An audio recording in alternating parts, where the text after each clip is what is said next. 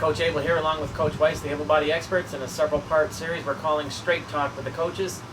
So we're just bragging here on Coach's tear on the powerlifting circuit. He's 3 for 3 this year in shows he's entered, and now he's working on the World Championships. I had to laugh though, Coach, we were chatting and I said to you, you called and let me know that you won the show, and I said, so what did you do right after? And I thought for sure you'd hit social media and get on Twitter and say, look at me and look what I did, and tell the folks what you did after winning your, after being out for 5 years, you win a powerlifting event. What was the next thing you did?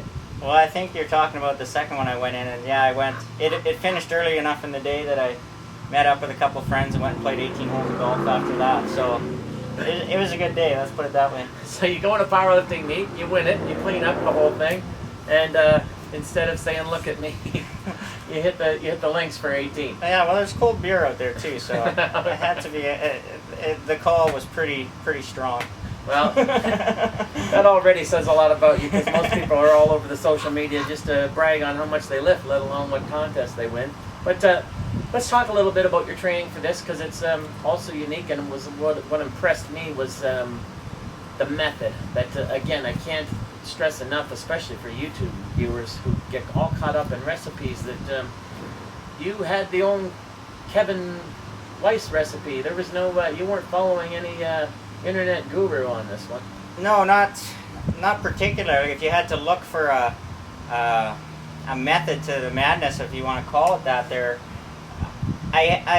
it wasn't like I was going in with no plan whatsoever. The days I went to the gym, I knew what I was going there to accomplish. So in the bigger scheme of things, but as I went through the training and as I went through the workouts and stuff, the weights were not figured out on percentages, and even the number of sets and stuff was not based on what by feel. Yeah, pretty much. It was sometimes that weight felt heavy, so I left it there, and other times it felt light, so I bumped it up a little bit more. So you had inter-workout and intra-workout biofeedback parameters that were dictating to you what you would do next. Essentially, yeah. There was awesome. You were always going there to work hard, but kind of the whole idea that I based everything around was I was going to train as often as I could, but stay as fresh as I could.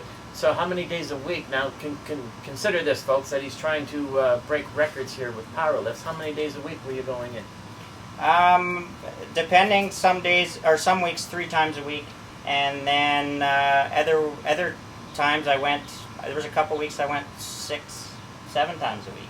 So it just depended once again on how I was feeling. If I felt like I needed to take a day off, not from laziness and saying, oh, I'm kind of tired, I don't feel like going training, but if I could feel like, yeah, your body could use a little bit of break today, maybe I didn't train that day. Now that's extremely advanced biofeedback. That's not something you're telling everyone else. I wouldn't recommend, no, I'm not recommending for someone that everybody should ditch their programs and never follow a program and just go into the gym and wing it every day. That's not gonna get you very far.